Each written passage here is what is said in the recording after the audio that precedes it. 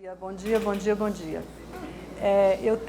Preciso de um tempo aqui, porque você me fez chorar, né? Eu estou assim, me segurando para ver até onde que suas palavras voltam e eu consiga respirar para conseguir falar para vocês e atender a esse convite tão especial. Algumas coisinhas, eu acho que você pode trazer com muita... Preciso daqui?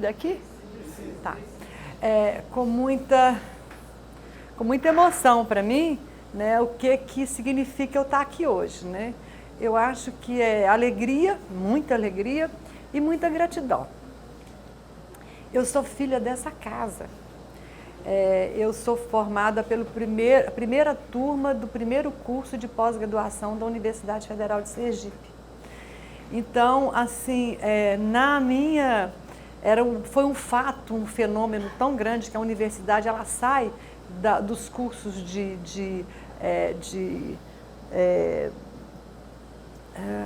didáticos, pedagógicos, né, e passa a ter uma pós-graduação. E o reitor assistiu à defesa do meu mestrado, então a tremedeira era muito grande. Mas isso é muito forte, porque traz, quando ela fala assim, Proficiamb, Prodema, DGE, então eu passo nessa casa, na minha formação e na minha vida. Com relação a sergipano, eu tenho dupla cidadania sergipana e só tenho uma de Minas Gerais. Eu tenho cidadania aracajuana e cidadania sergipana. Então, eu tenho 2 registros aqui de Sergipe.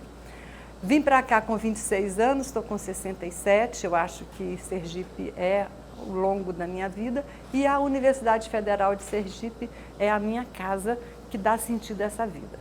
Acho que eu já estou um pouquinho melhor. Mas o que eu trouxe para vocês aqui hoje não foi um saber, não foi uma novidade, mas eu procurei fazer realmente do meu coração e das minhas emoções um exercício para vocês, sobretudo para a turma que entra.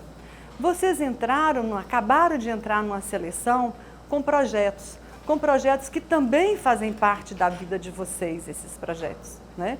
Então, o que eu trouxe, tirando realmente da minha emoção, do meu coração mesmo, são luzes e pisca-pisca que vocês, ao longo da minha fala, podem trabalhar no exercício e na proposta de pesquisa que cada um de vocês trouxeram para a seleção. Então, mais do que isso, as ciências ambientais e a cultura local, os diálogos possíveis, a cultura local, ao invés de eu trazer, por opção, alguma exposição sobre cultura, a cultura local está dentro da pesquisa e da proposta de cada um de vocês. É isso, e que eu não sei qual mas que eu imagino que faz muito sentido para cada um que chegou aqui com o seu projeto de pesquisa para o mestrado e para o doutorado. Então, vamos ver esses diálogos possíveis. Por favor, obrigada. Eu trago aí as partes que eu vou trazer para vocês. Eu vou abordar as temporalidades, como é que eu abordo essas temporalidades, mas também as vivências e como que a gente pode partilhar tudo isso, né, das temporalidades até do passado até os dias atuais, passando pelas abordagens. Como eu já disse, é um olhar subjetivo, traz muita minha história de vida, eu não quis trazer muita erudição, a erudição e as fundamentações, os textos que fundam o projeto de cada um de vocês, está aí na proposta de cada um de vocês e, sobretudo, as minhas experiências acadêmicas. Como eu já disse, a minha experiência acadêmica é fortemente Universidade Federal de Sergipe. Antes de passar, eu esqueci de falar uma coisa, Núbia, sobre o Prodema, né, do NESA. A professora Vânia Fonseca era coordenadora desse NESA e foi com ela que a gente começou a desbravar esse Nordeste atrás de governadores, assembleias legislativas, reitores, entrar em fórum de reitores para a construção de uma coisa que estava abalando todo mundo, que era pensar uma formação interdisciplinar. Então, da universidade, eu pontuo o nome da professora Vânia Fonseca, mas na densidade do programa, na densidade do pensamento de uma proposta pedagógica, didático-pedagógica para a formação de mestres e doutores em desenvolvimento e meio ambiente, eu cito um nome que sem ele a gente não teria conseguido formatar o Prodema, que é Marcel Bursztyn. Eu acho que o Marcel Bursztyn ele deve permanecer no pensamento e na leitura básica dos dois cursos, que ele foi uma pessoa presente aqui, presente em Brasília, na CAPES, ele foi fantástico. Então, nesses 25 anos, eu já estou trazendo Marcel aqui. Ele está atuando ainda na UNB, né? Eu creio que sim. Professora Rose deve ter mais contato com ele, né? Então, me desculpe, eu esqueci disso. Então, vamos lá. Vamos aos trabalhos. Temporalidades. Próximo. Eu tenho uma cola aqui, gente. Dá licença, deixa eu abrir. Por que eu trouxe essa cola? Porque eu falo demais. Olha, o que eu quis trazer não é nada chocante, não tem nada de novo. Eu não trago novidade, mas eu trago as vivências desse tempo. Eu nasci na década de 50, numa fazenda que hoje aqui é esqueci o nome.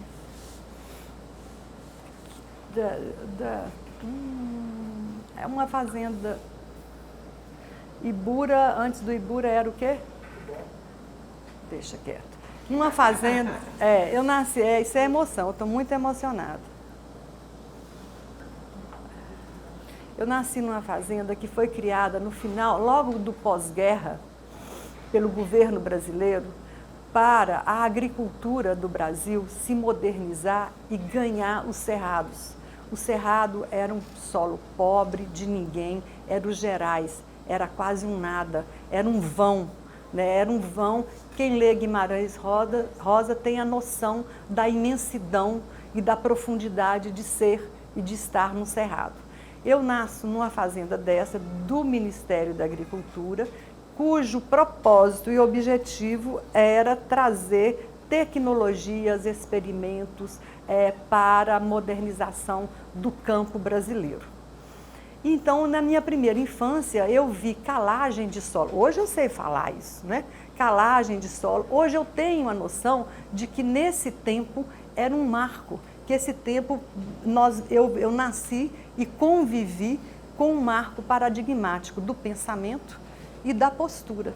Mas nesse íntere, entre 50 e 70, o que hoje a gente enxerga de longe, né, é que nem a academia, nem a ciência e nem as escolas, as formações, se davam conta do desastre ecológico e da progressão dos impactos que isso ia ocorrendo.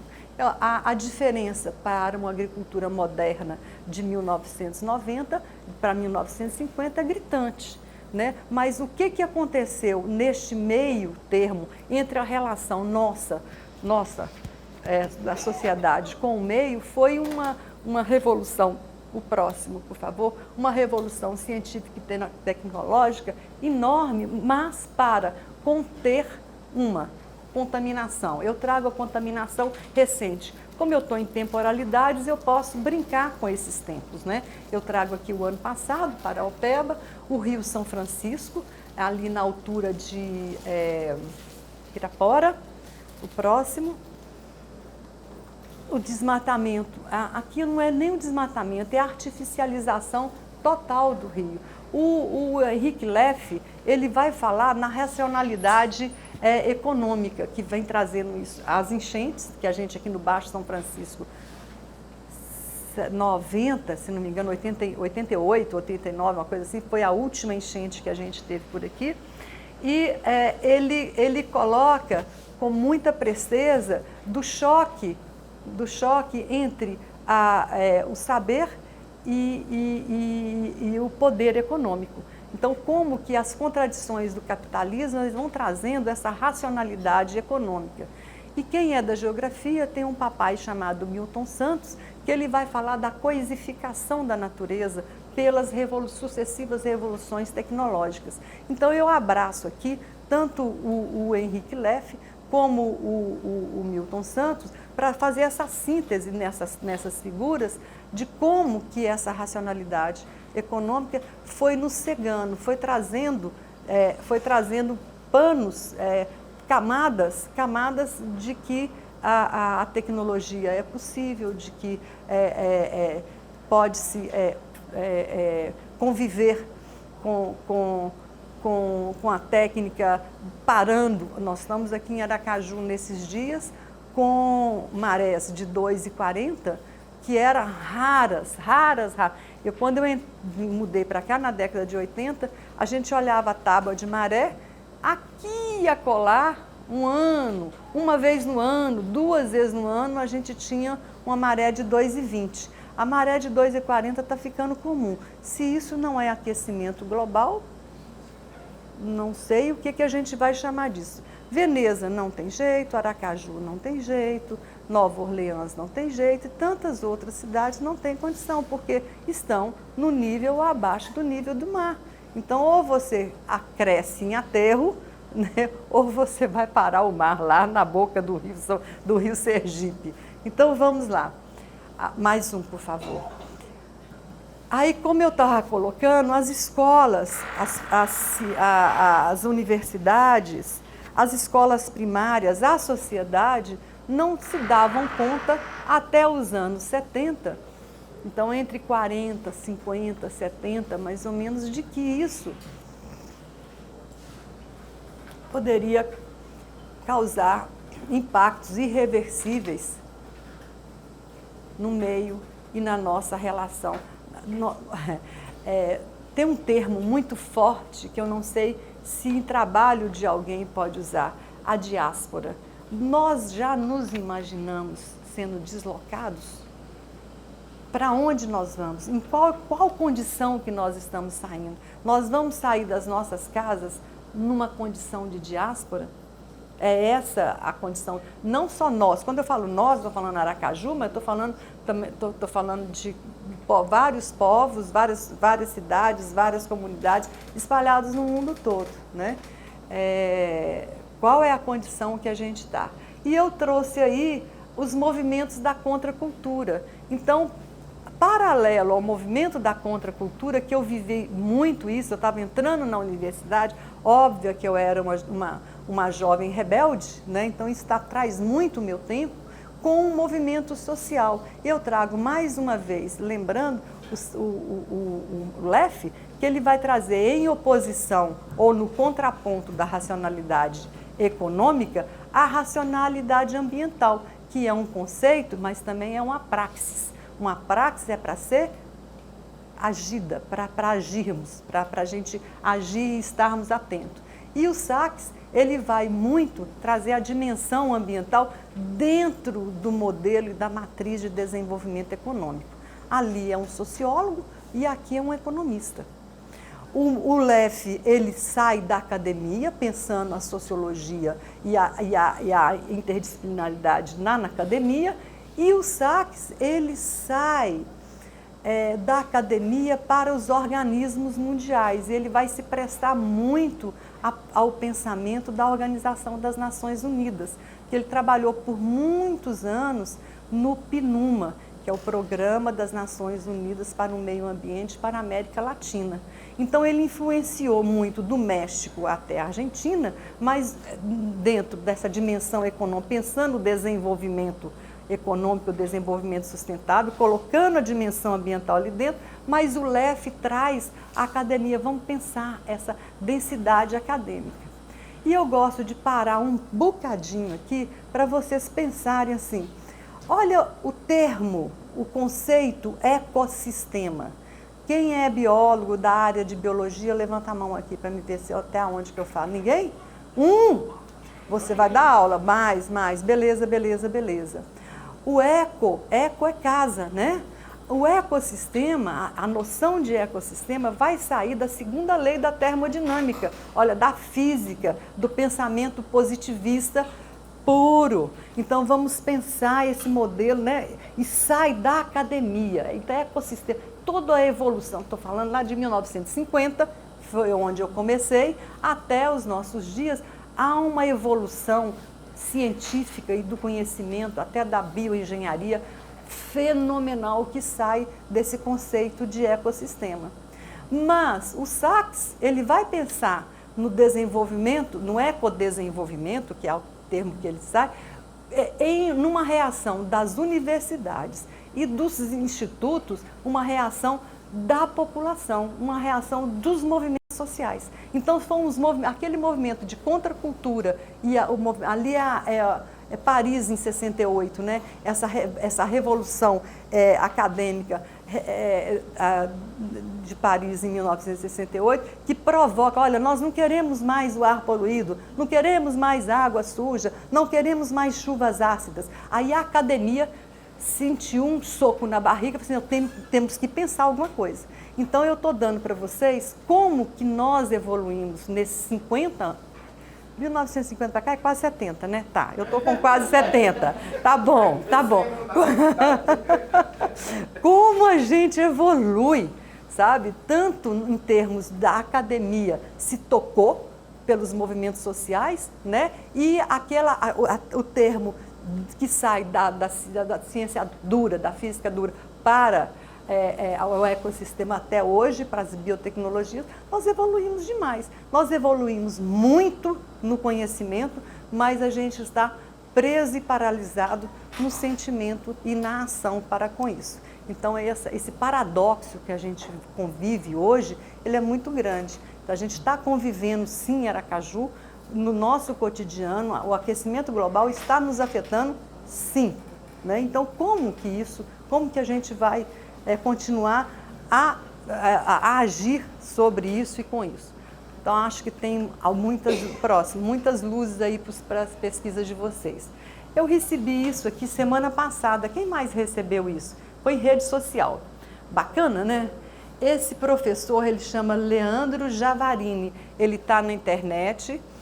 Quando você digita o nome, aparece inclusive essa figura dele aí. E eu achei muito legal porque ele faz essa associação entre ecossistema e meio ambiente. Mas assim, como é que eu vou desenvolver e desenrolar a minha pesquisa? Em qual patamar que a minha pesquisa vai caminhar? A minha pesquisa vai caminhar eu me posicionando no ego, na pirâmide, no topo da pirâmide, ou eu me posicionando na casa de todos, eco. Então, só essa figura aí eu achei assim extremamente emblemática e ele é professor de biologia e eu recebi isso em rede social para ilustrar a etimologia da palavra método, né? A gente tem um método que é a gente pensar para além de. Iodos é o caminho. Eu vou pensar para além de, eu ponho o meu problema de pesquisa, eu ponho o meu tema de pesquisa, com qual caminho metodológico? Então vamos no próximo. Vamos voltar aí nos anos 50, que já tem quase 70 anos, das mudanças paradigmáticas. O que começa a ocorrer no pós-70, naquele movimento, nos movimentos sociais e nos movimentos ambientais, ecolô? O método, ele começa a ser colocado em xeque, não por colocar, não por não expor verdades, certezas, mas por se colocar com verdade absoluta e certezas absolutas. O método, ele começa a ser questionado porque os caminhos e as visões, e isso tem muito a ver com a cultura e com a maneira que a gente trata a cultura, com a nossa postura. E aí o método, ele ele é colocado na parede, mas olha, vamos pensar como é que o caminho é feito. Então, o mais importante, e agora que eu paro e peço para vocês pensarem, para reforçar bastante, o mais importante no desenvolvimento das teses e dissertações de vocês, né, é dar força e mostrar qual é o caminho que vocês estão tomando. E aqui agora eu abro um parênteses para fazer um pouco de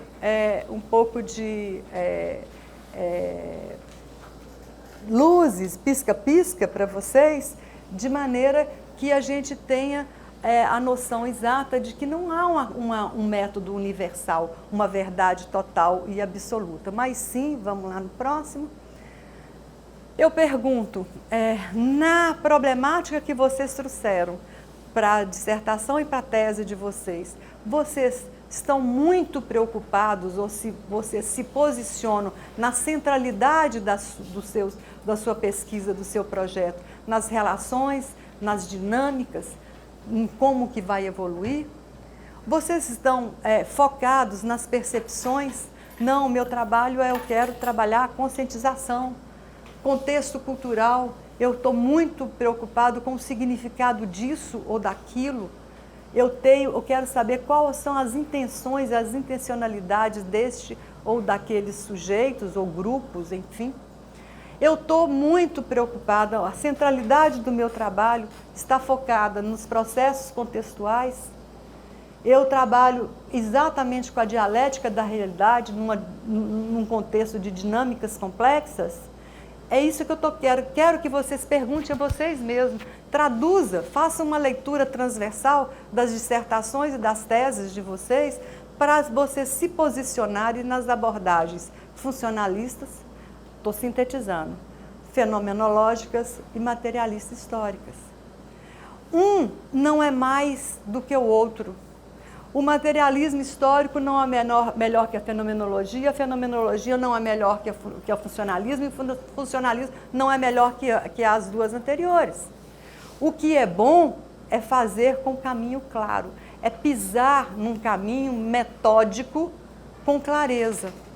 Então, aqui, porque não existe mais o método que traz a verdade absoluta e o que é melhor do que o outro. Então, o exercício, se até os anos 50 era um bom cientista quem fazia positivamente bem feito, hoje em dia é muito mais difícil.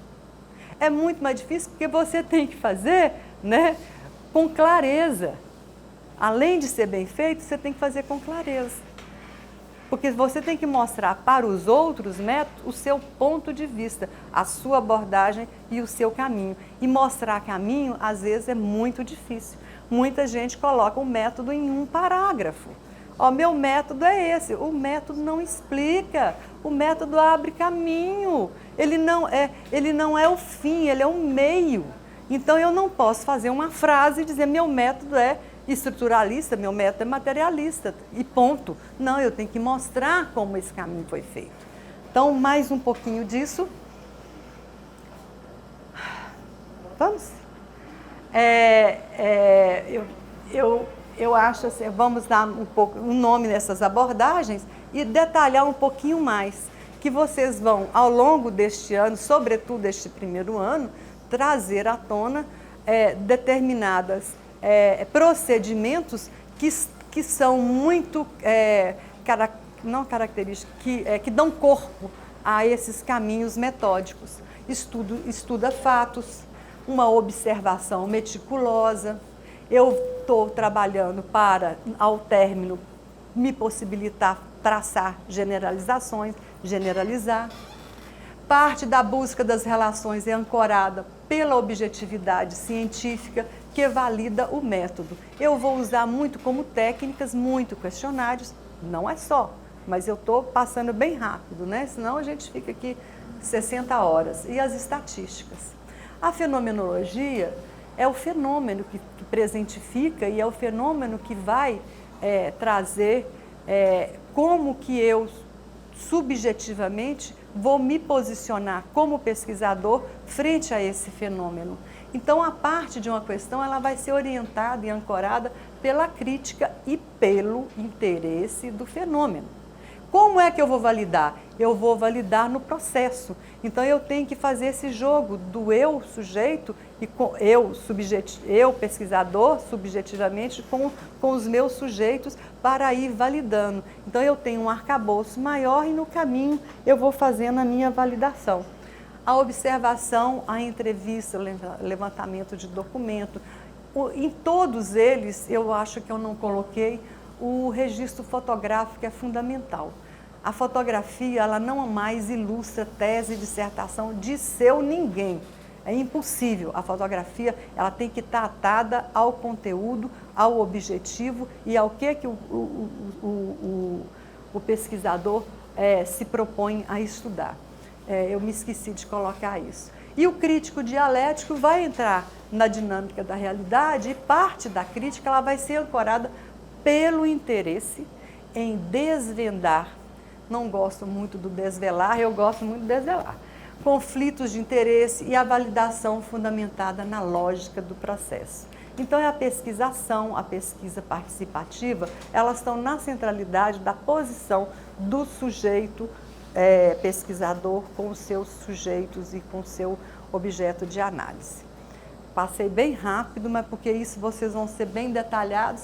E aqui eu trago um exercício, eu gosto muito disso, porque isso foi feito na década de 90. Olha como é que eu gosto de pontuar.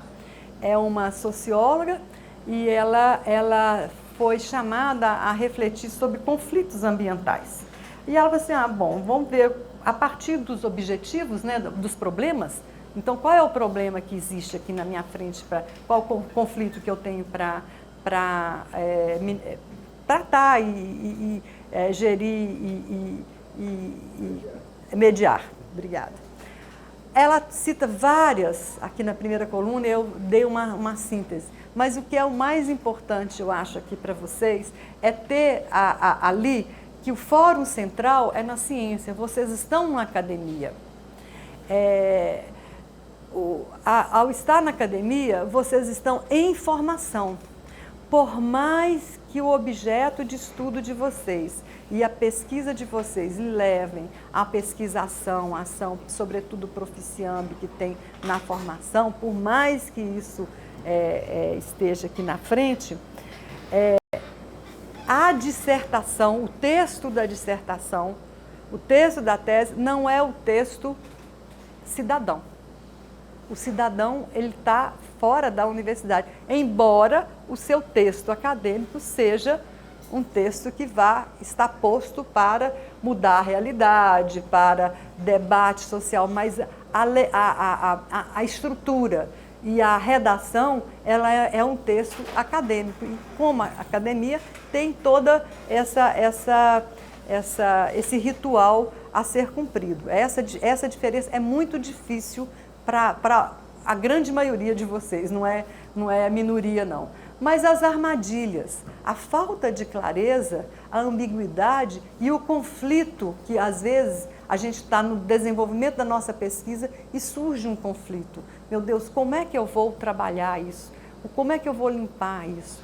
Mas, por outro lado, se eu crio foco, aquela coerência que eu fui colocando, as exigências de corrente do conhecimento e o respeito com a divisão e com os outros olhares científicos são fundamentais para o êxito da pesquisa de vocês.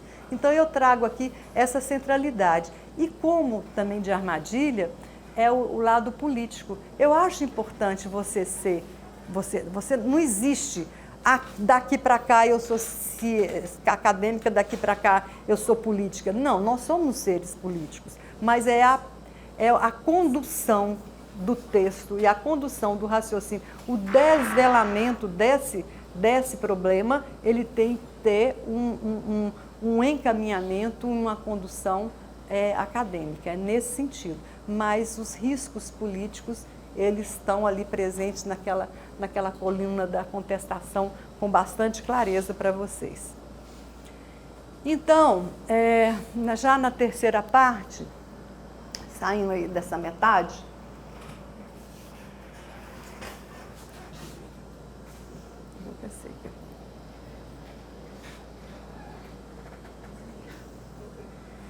Eu trouxe para vocês parte da vivência.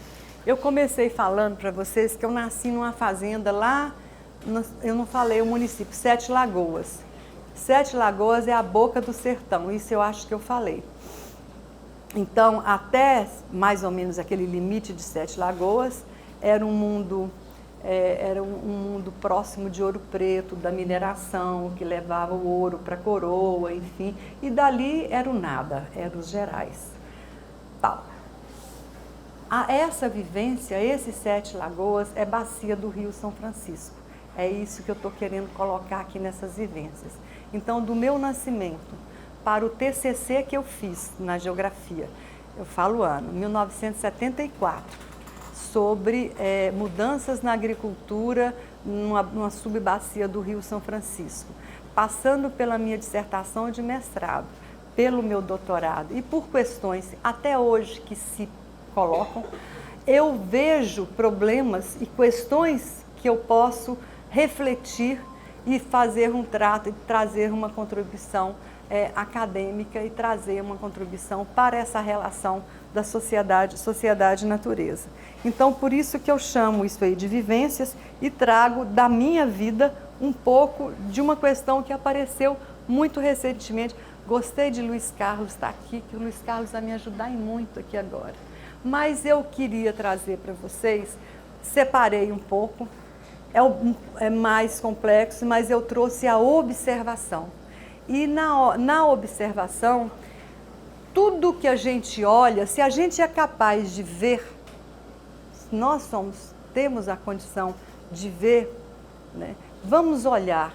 E ao olhar, vamos enxergar. Então é essa profundidade que eu estou trazendo do São Francisco e da realidade das minhas vivências do São Francisco, que cada vez mais eu acho que eu já estou enxergando e estou enxergando outras coisas. E aí eu fui entender que essa observação, ela não é isenta, ela não está só na minha vida, no meu dia a dia, mas ela é cada vez mais cientificamente e geograficamente acurada e apurada. Essa observação, ela vai atar, obviamente, aos conceitos e ao método que a gente escolhe para traçar a realidade. E aí, eu me vi, Luiz, presta atenção, habitante de Aracaju. E a dissertação de mestrado de meu orientando, que está aqui, sobre os ribeirinhos do São Francisco, e eu falei assim, quem mora em Aracaju não é ribeirinho, não é? Quem bebe a água do Rio São Francisco nesse Sergipe inteiro não é ribeirinho, não. Há uma possibilidade, né,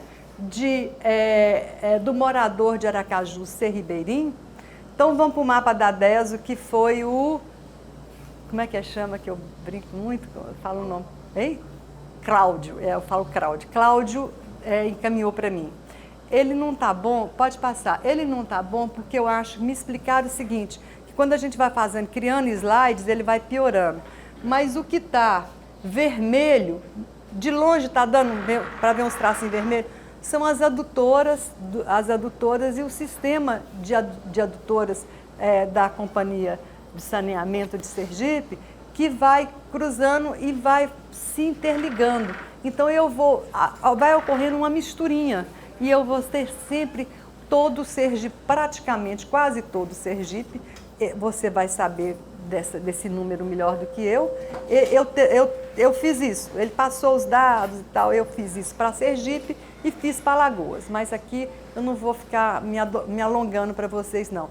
Mas é o problema, eu achava que eu tinha enxergado as coisas, mas eu trouxe mais um problema. Vamos lá?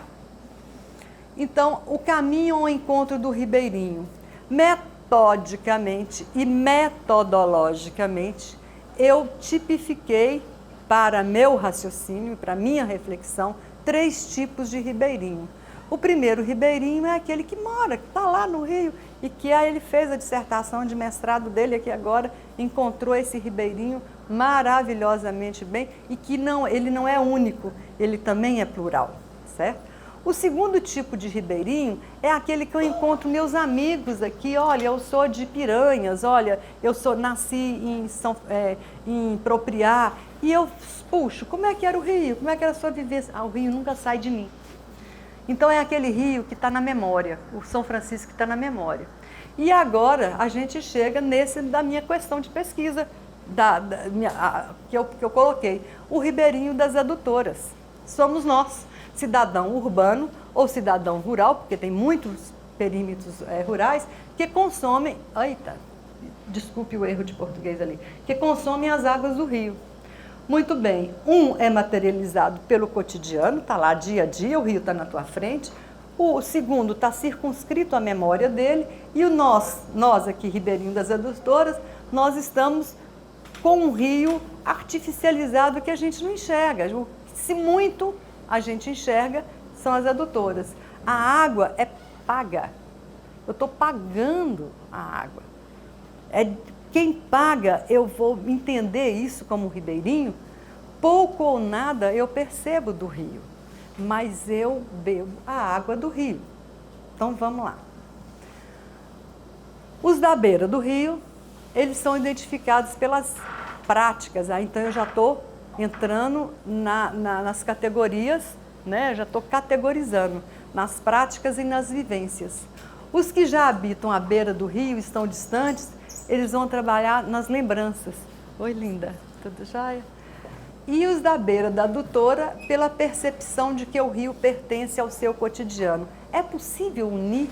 É possível aproximar esses três ribeirinhos, né? O conhecimento é possível, então a gente tem que partir. Primeiro, eu tenho que dar conhecimento, eu tenho que conhecer o que eles conhecem e que eles conhecem o outro. E aí entra a fenomenologia do ser eu, o de lá e o de cá, né? O de lá e o de cá e o de lá, o outro. Como é que eu vou me relacionar com esse outro? Esse encontro é possível e esse encontro é possível com o co-nascimento. Eu tenho que co-nascer ribeirinho, enxergar o da adutora, e eu tenho que co-nascer consumidor da água, me sentindo um ribeirinho. Então aí eu trago toda uma reflexão epistêmica e um lado prático de pensar a governança. Não é de interesse de vocês, mas eu estou mostrando um caminho que eu ainda bifurquei. Um caminho pela existência, pelo existencialismo, e um caminho do ser e do co-nascer com o outro, e um caminho prático, operativo da governança e do desenvolvimento local. O próximo. Eu pergunto, eu coloquei minha questão bem colocada?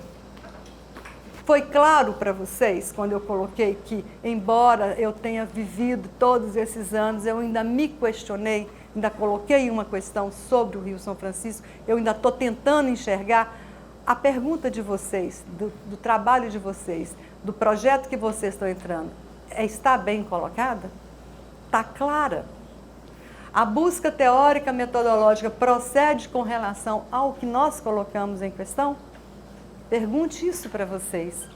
Abra o projeto de vocês e porque é a opção de vida de vocês, não é a nossa opção de vida. Cada um fez a sua, né? É possível percorrer nossas trilhas com clareza? Como é que vocês vão caminhando com isso? É possível identificar como as técnicas, abordagens de campo e as análises foram feitas? Então, assim, neste ponto agora, do início, como é que eu vou fazer, né? Então é possível, porque como é que eu vou fazer é que é o importante.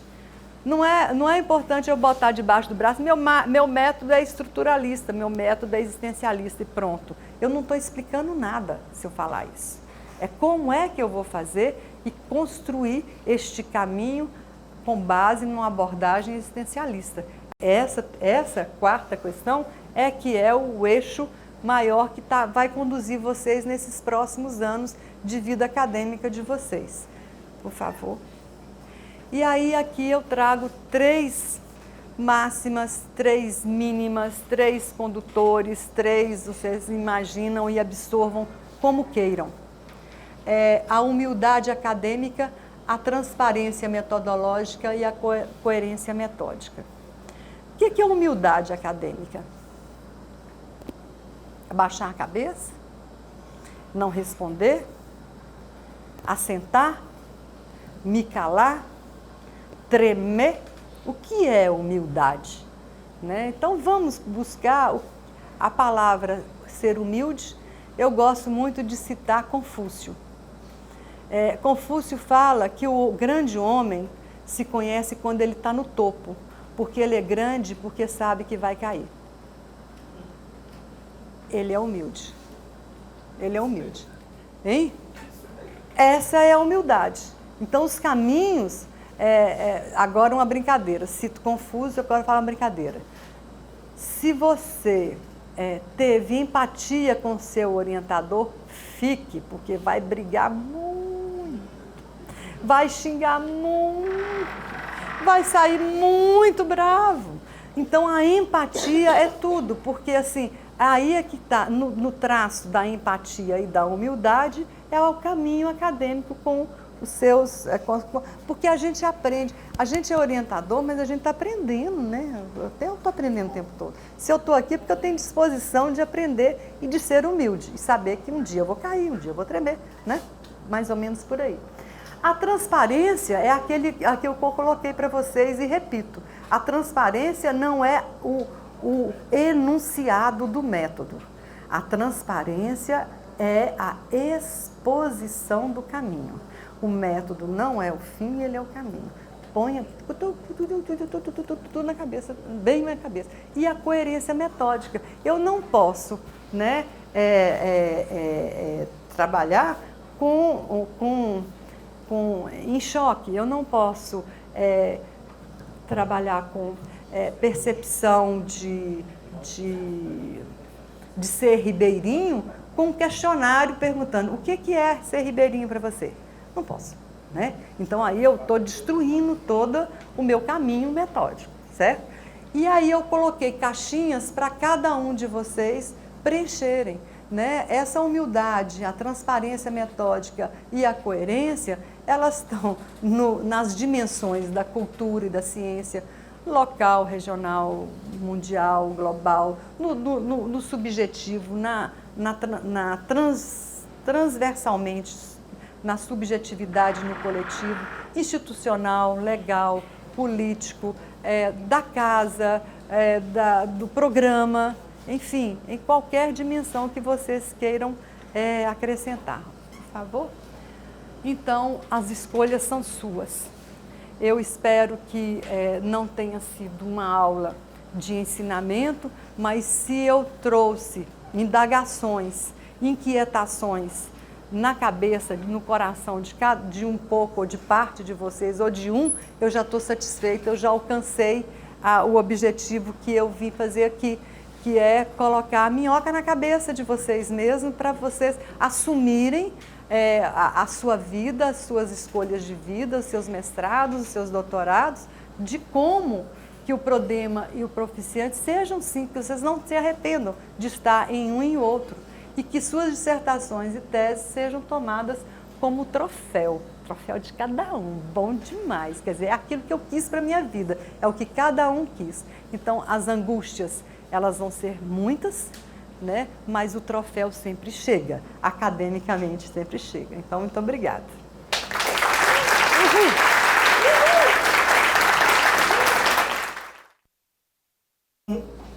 Eu queria só tirar uma dúvida. Esses enfoques, eles se separam ou eles conversam entre si?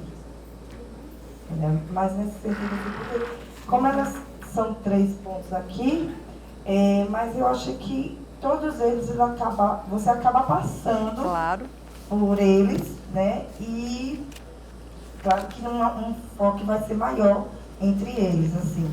E aí eu queria saber, isso a gente pega só de um, ou a gente acaba pegando dos 3, ou a gente tem que ir por uma linha? Como é que chama aquela professora de método, aquela paulista lá do Prodema?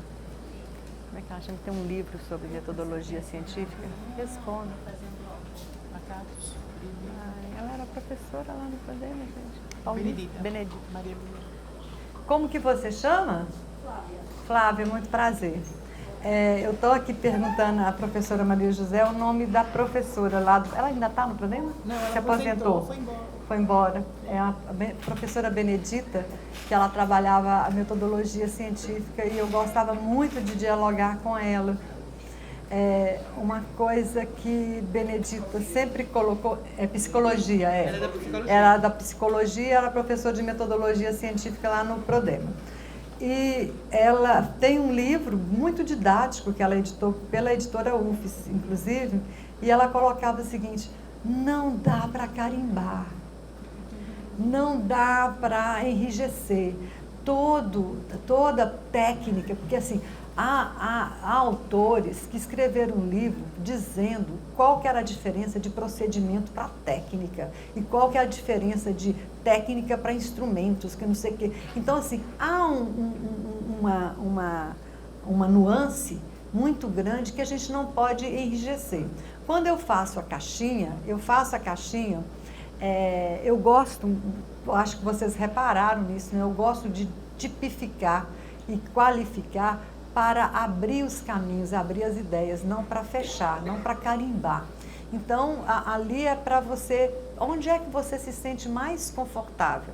Óbvio que em evolução, tratar alguma evolução, você pode estar tratando o significado daquela evolução. Por exemplo, se você vai estudar um fenômeno qualquer e você quer ver a evolução dele, os marcos dele, você vai fazer isso por análises que podem somar. Então a gente não pode ter nada como rígido, nada como não é daqui até. Isso era o positivismo, né? Então o que era ciência e não ciência? O que é a ciência pura, o que é a ciência, as ciências impuras? Quando eu comecei a fazer o mestrado aqui na década de 80, houve uma discussão. Na epistemologia, a gente estudava, era uma discussão com um grande geógrafo chamado Alexandre Felizola Diniz, que ele falava assim, o que é? Será que a geografia é tão impura assim, que a gente não pode nem pensar? Nós estamos alijados? Nós somos uma mera disciplina? Não. O pensamento, nós estamos aí para construir o pensamento, né? Cada um na sua formação, cada um na sua profissão. E a gente hoje, cada vez mais, com o conhecimento e com a transmissão rápida de conhecimento, a gente tem que ter criticidade. Eu acho que é muito por aí. Crítico e densidade no caminho, clareza no caminho. Então, você pode, eu jogo isso muito mais didaticamente, para a gente ir traçando o nosso caminho. Qual que é a sua formação?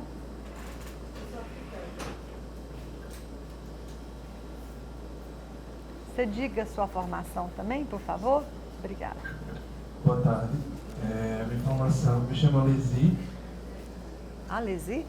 Alesi. Minha formação é da área das exatas, sou bacharelado em Ciência e Tecnologia, que é o primeiro ciclo das engenharias lá na UFRN, que é ofertado também em algumas federais aqui no Brasil, é um formato novo, né, da formação dos engenheiros.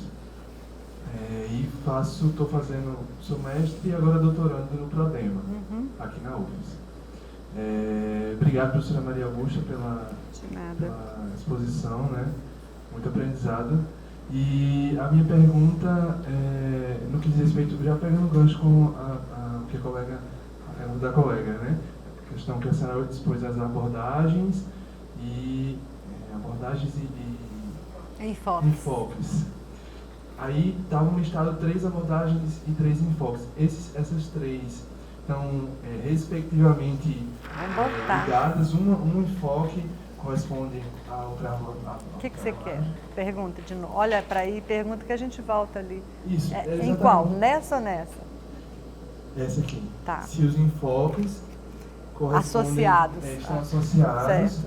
E se poderia listar, exemplificar autores que são base para Isso eu não faço. Discriminar mais, né, cada abordagem, cada enfoque. Porque é uma coisa de metodologia da pesquisa, né, isso aqui? E aí seria para ajudar nesse sentido. Você quer botar a transparência? É a transparência, não sei não, mas é enfoques e abordagens. O allez-y em francês é vamos, né? Então vamos. Como eu respondi para ela, não há uma correspondência rígida, há uma aproximação, certo? Então eu quis trazer para vocês, colocar questões na cabeça de vocês para vocês terem a certeza do caminho. Achou, lindinha? Para trás, para trás. Aí. É esse aí. Então aqui, veja como eu coloquei assim, funcionalista, positivista, um método indutivo, dedutivo. As abordagens subjetivista, quando você tem um enfoque subjetivista, compreensivista, você quer compreender, o método que mais lhe acolhe e que mais vai lhe abrir caminho é a fenomenologia. Certo? Isso não quer dizer que você, trabalhar a percepção, você não vai trabalhar na abordagem casualística nem na materialista histórica. Você entendeu? Mas assim, quem é que vai lhe conduzir. E este caminho, ele é muito dado no diálogo seu com seu orientador. Quando você me pede textos, né? Por exemplo, ontem eu conversei com Felipe, que está aqui, aí Felipe está trabalhando sementes crioulas. Quem trabalha com semente crioula é uma pessoa que está com um cuidado enorme para com uma coisa que está ficando rara. Aí hoje eu trouxe para ele ler Leonardo Boff, que é o cuidar. Né? Então assim, vamos pensar, depois a gente vai fazer geografia, vamos pensar um pouco. Agora, isso é o seu diálogo com o seu orientador. Em termos das ciências ambientais, tem grandes pessoas, tem grandes brasileiros e internacionais, grandes nomes que trazem esse pensamento, a densidade desse pensamento. Eu trouxe aqui, de certa forma, antagônicos, mas não conflituosos, Henrique Leff e Nancy Sachs.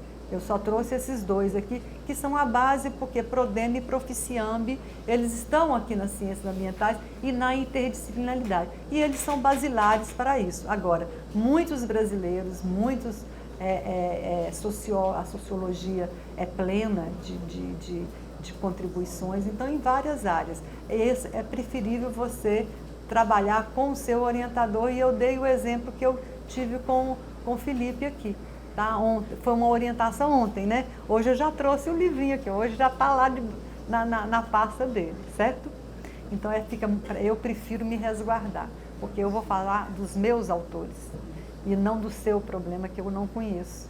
É mais dialógico com o orientador, tá? Pronto?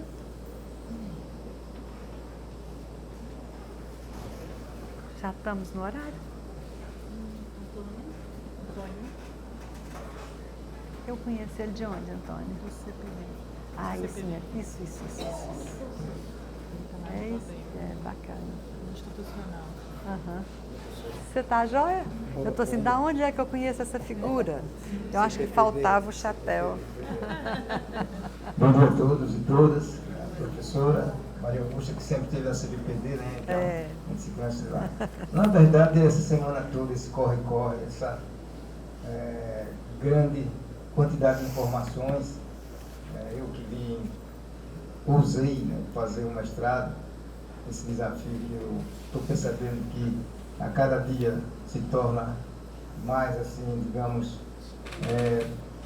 duro para cada um de nós, mas que, na verdade, eu acho que é cada passo. Olha, veja, ontem a gente teve uma aula, hoje a gente já teve aqui uma parte assim, recreativa, mas o meu desafio, professora, e a minha inquietude foi quando diz assim, o seu problema. Eu fiz uma graduação de gestão de recursos humanos e logo em seguida eu fiz uma especialização sobre saúde do trabalhador e gestão na saúde. E aí eu me vi muito fora do contexto, porque todo mundo que fazia parte dessa especialização era na área de saúde.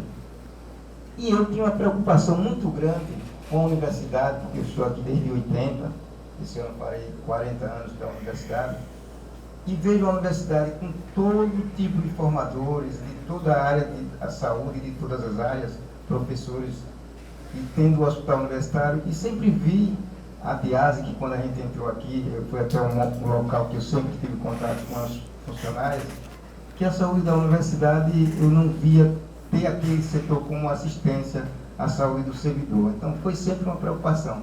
Quando eu comecei a fazer todo o trabalho na especialização, que não consegui, e que já no final da especialização eu quase desisto, porque eu não me via dentro da saúde, e eu era da área de gestão do trabalho, eu disse para a orientadora que eu ia desistir.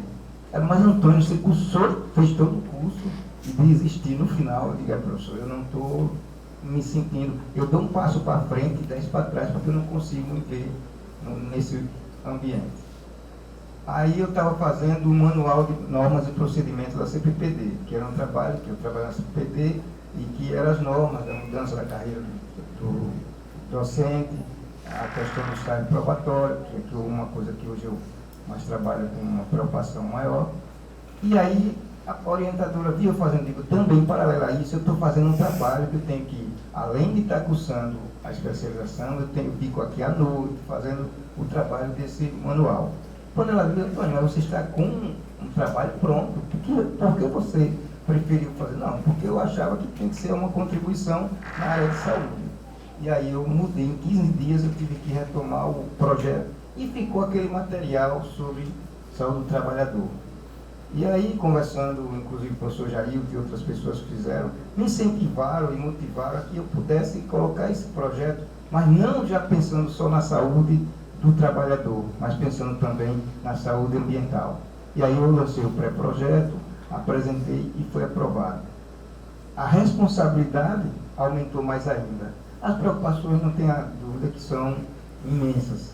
Mas hoje eu pergunto, professora, de que forma, assim, não que eu vou conversar com o meu orientador, eu já conversei com o professor Roberto, e ele disse, Antônio, vamos sentar e ver como a gente pode melhorar, e claro, tem que melhorar, tem que ser modificado à medida. Agora, como a gente pode ver essa questão da saúde do trabalhador, e eu não sei se seria só no caso da universidade, mas também o entorno da universidade, a saúde ambiental em torno da universidade, porque eu também resido aqui no Rosa Maria, próximo Rosa Elza, e também tem muitas questões voltadas para essa questão de meio ambiente. Então, mas só para que se a senhora pudesse dizer assim, Antônio, não é que seja como um aconselhamento, mas que seja uma coisa que dê para que eu possa, quando ir conversar com o meu orientador, eu tenha também a possibilidade de dar mais algum incremento para que eu possa continuar. Obrigado.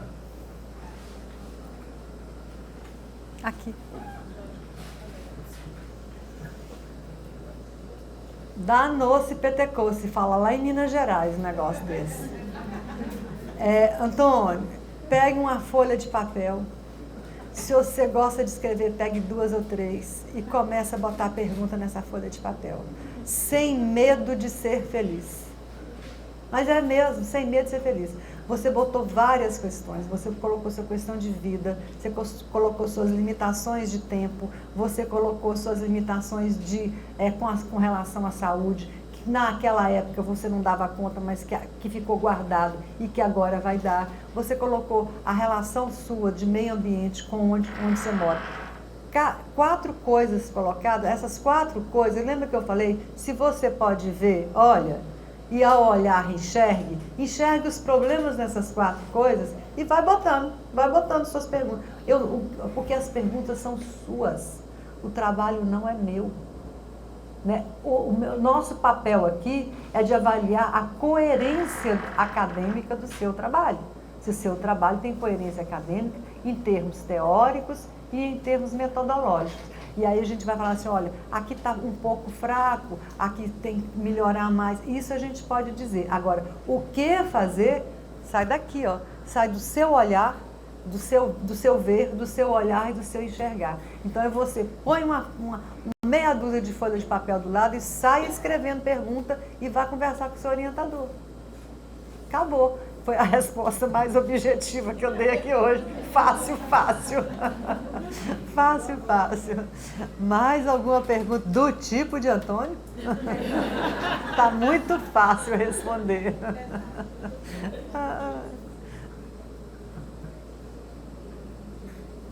Pronto.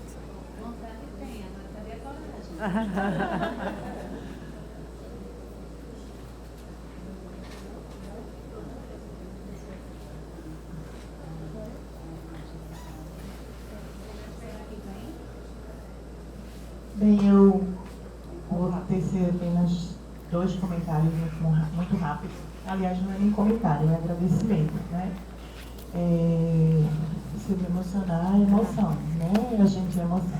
Chega. Eu sou da educação, professora Guta é da geografia, a Nubia é da geografia, mas eu sempre fui uma aluna da educação, a pedagogia aqui do lado, né?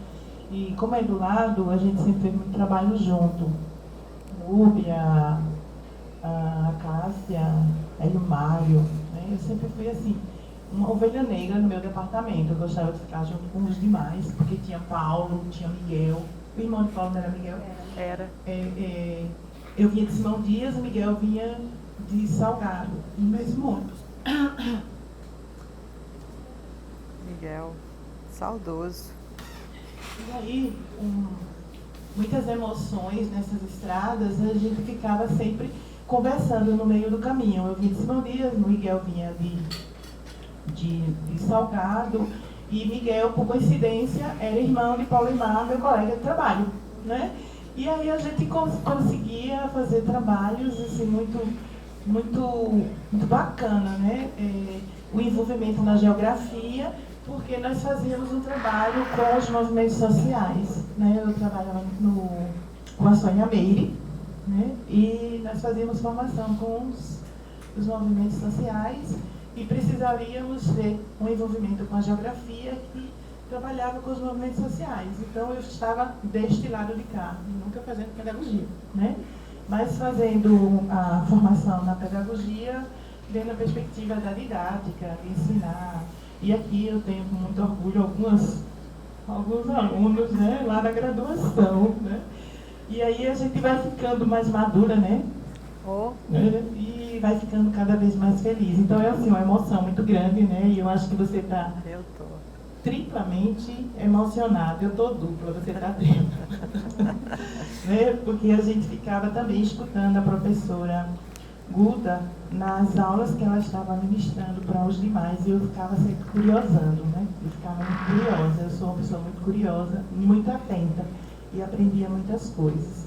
E no meu mestrado eu fui enveredando pelo caminho do Edgar Morin, que é a perspectiva da complexidade, do mundo da complexidade, e fui aprendendo, e estou aqui ainda aprendendo, né? Eu ainda não sei nada, eu estou a cada momento aprendendo, dentro de uma perspectiva de curiosa que sou.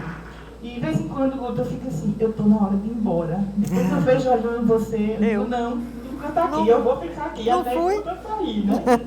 Quando você for, eu vou atrás, tá? Porque a universidade está ficando muito difícil.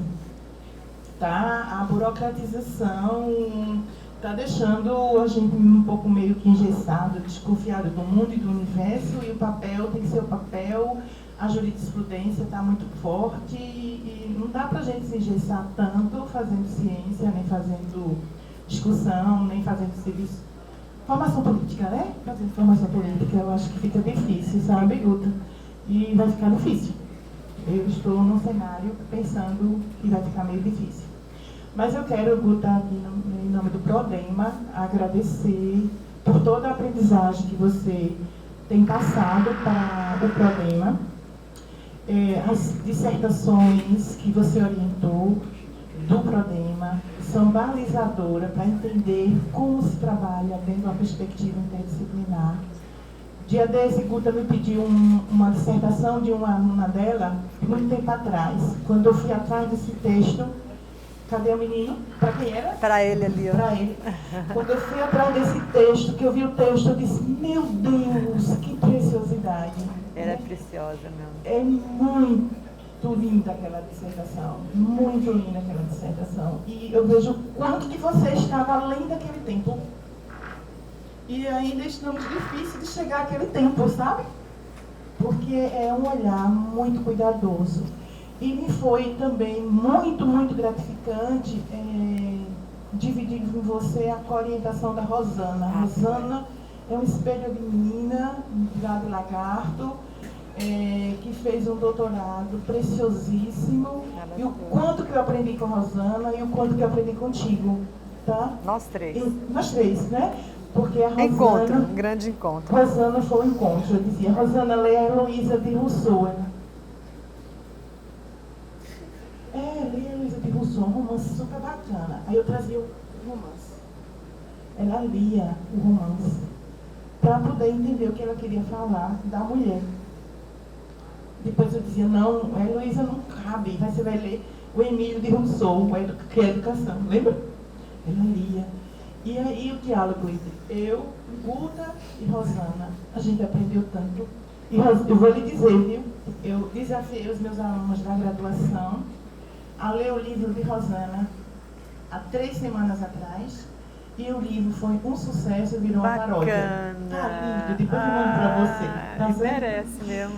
E aí o livro foi de reflexão e transformou em uma atividade didática pedagógica para utilizar na sala de aula da educação básica, né? E assim, foi muito primorosa essa experiência que eu fiz com meus alunos de educação ambiental noturno, o quanto que eles transformaram os conhecimentos do Prodema em conhecimentos práticos na sala de aula, né?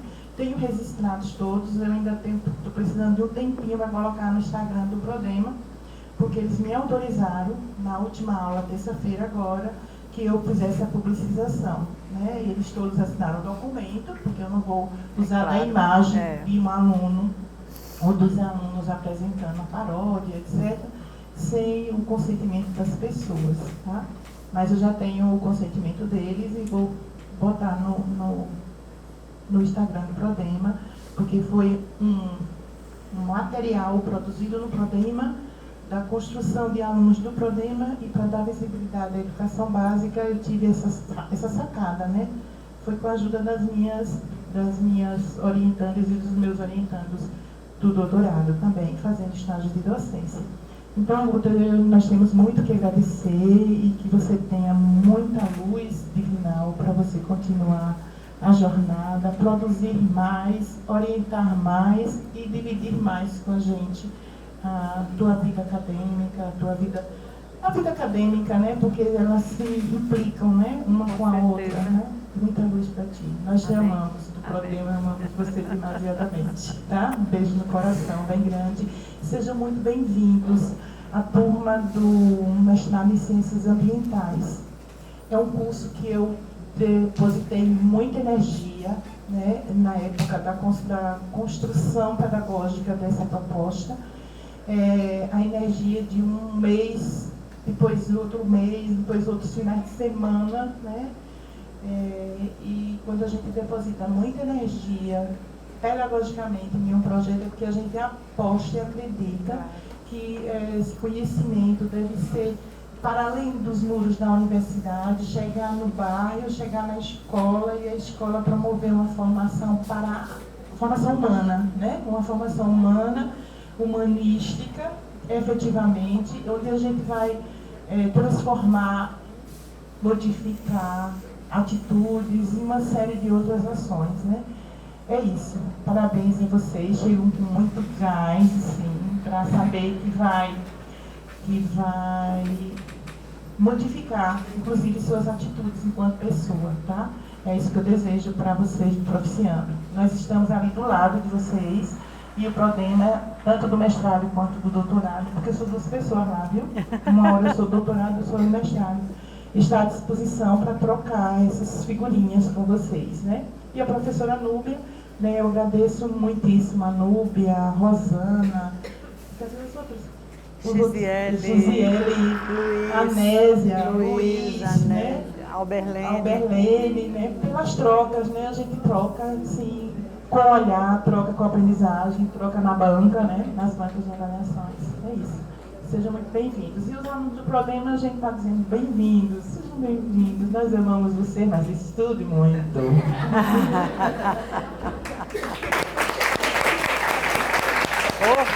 A coisa, ó.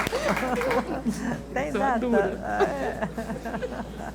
Eu vou mãe a frase de seu Zeca. Seu Zeca é um vizinho nosso, lá na rua que eu nasci, me criei. E como mais um entrou na estatística, né, das pessoas que não, tá ótimo, tá? Mutiladas em Sergipe, né? Eu chamo de mutiladas. Ele entrou na estatística das pessoas que tiveram um órgão amputado. E quando nós fomos visitá-lo, ele brincou e disse assim, a vida é que nem rapadura.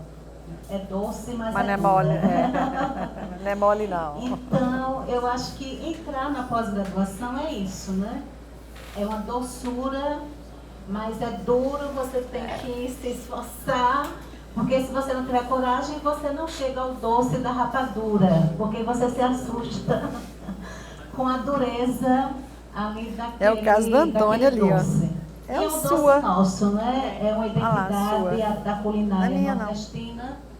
Faz parte aí da nossa história. Então é isso. A entrada no mestrado é um novo mundo, é um novo universo. E mais ainda, vocês saíram da sua área de conforto, da sua área base e entraram nas ciências ambientais, um curso interdisciplinar. Então, o horizonte, o olhar precisa ser bastante dilatado, né, Guta? Precisamos ver as coisas com outras dimensões, porque é o curso que vocês optaram. Prodema, Proficiamb, e vocês optaram em sair da sua área específica de conhecimento e, a partir dela, fazer o diálogo com outras vertentes, com outras áreas e se abrir para outros olhares com essa humildade que a professora Guta colocou, né? Essa humildade acadêmica, a humildade de poder dialogar com o seu orientador, a humildade de dialogar com os professores, a humildade de dialogar com os autores que vocês vão ter acesso. Nós estamos num momento muito singular na realidade brasileira, onde todo mundo se tornou dono da verdade. E onde todos são donos da verdade, não se abre para o diálogo. O diálogo, na nossa realidade de Brasil, está muito difícil. Em casa, no trabalho e na universidade também, porque nós fazemos parte de todas essas instâncias, não é? E se desqualifica hoje a fala do professor. Então, o professor, tem alunos que chegam com uma postura muito superior à do professor e já questionando um monte de coisa. Eu acho que isso nós colocamos que é coisa de aprendiz mesmo, não é? Mas veja, essa passagem, ela pode ser muito prazerosa ou não. Vai depender dos nossos métodos, dos nossos procedimentos, da maneira como eu abraço a minha passagem pela academia e a minha passagem pelo curso. Qual é a primeira dica? Não se isolem. Vocês vão passar por uns desafios grandes em algumas disciplinas, em conteúdos de algumas disciplinas, porque esses conteúdos não foram abordados durante a graduação. Disciplinas são as mesmas, né? Então, vai haver choque de identidade, choque de realidade. E como é que a gente supera isso no coletivo? Se vocês conseguirem, aí eu vou fazer a mesma fala de Guta, em qual sentido? E da professora Maria José. Se vocês conseguirem passar pelo mestrado que vocês optaram e se tornarem um pouco mais humanos, eu acho que a gente já cumpriu o nosso papel. Nossa, total. Percebe? E o que é incrível, essa humanidade, ela pode passar por essa leveza como nós fomos privilegiados com o coral da Deso. Não é? conhecimento ele não precisa ser duro, ele não precisa ser algo que nos torne mais ásperos, mais áridos. A aridez tem sua beleza, não é? Daqui o cacto aflorando. Rapadura, sua doçura. A rapadura tem sua doçura. Mas tudo se torna muito mais difícil na solidão. A solidão vai ter o seu momento, sim, que é o momento que eu preciso mergulhar em mim mesmo. Mas aí eu já nem estou sozinho porque eu estou comigo, não é? Sou eu com eu. Então, esse mergulho é necessário, mas na sociedade líquida, existem muitas distrações para que o ser brasileiro não se conheça, nem se reconheça. Aí a distração, por quê? Na hora que eu mergulho em mim, eu vou me descobrir um estranho. E eu posso não me aceitar. Mas eu preciso me conhecer. E é esse um dos grandes... Eu não vou falar de novo a palavra desafio, mas eu acho que é uma das grandes vantagens de se estar na academia. Porque não se faz um bom trabalho se você não for um bom conhecedor de você. E o que a gente espera de um bom acadêmico? Um bom trabalho autoral. Alguém que dialogou com os autores, mas dialogou. Sou eu com os meus convidados. Os autores que eu, com meu orientador, optamos em chamar para a mesa para conversar. Essa é a beleza dessa passagem. Resgatar nossa identidade e dar ela uma outra substância.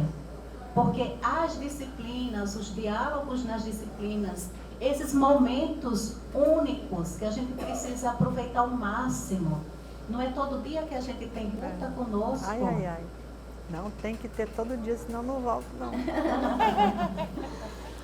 Todo dia. Mergulhar na literatura de Maria Augusta Mundem Vargas e dizer, olha, ela me deu um estalo, uma luz. Eu vou poder caminhar por aqui porque Guta me disse que era possível, eu vou acreditar nisso. Então são esses diálogos que a academia nos permite, porque a ciência requer tempo. E é um tempo qualificado. E olhem, a lindeza, vamos usar a expressão de Guta, né? A beleza disso.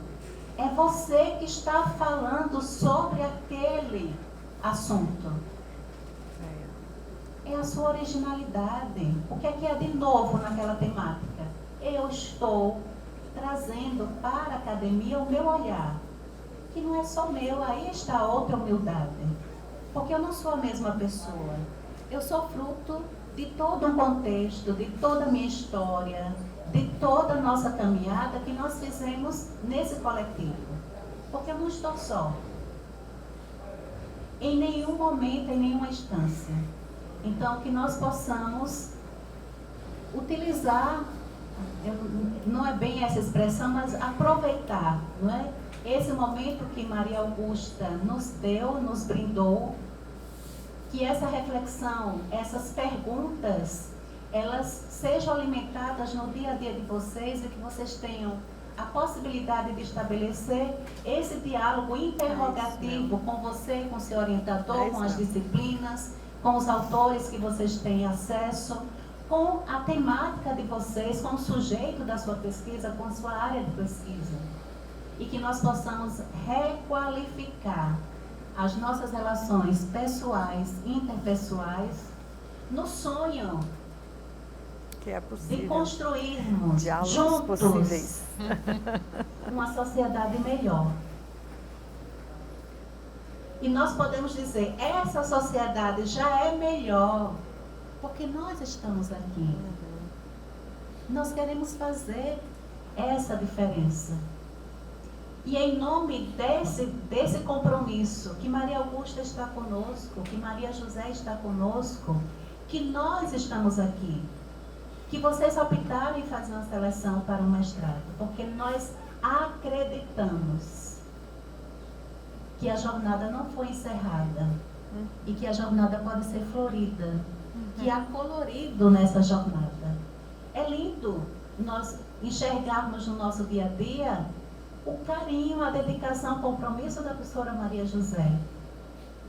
Quem é que fica indiferente à dedicação dessa mulher ao programa? Ninguém. Não tem como, minha gente, ficar indiferente. Não tem. Agora veio pra mim. Não tem Tem como. que ir mesmo, tem que ir mesmo. E olhe, sem querer. Só existe problema porque você existe. Olhe como Só existe os problema céus, porque você as existe. energias fluem. Uma mesa colorida.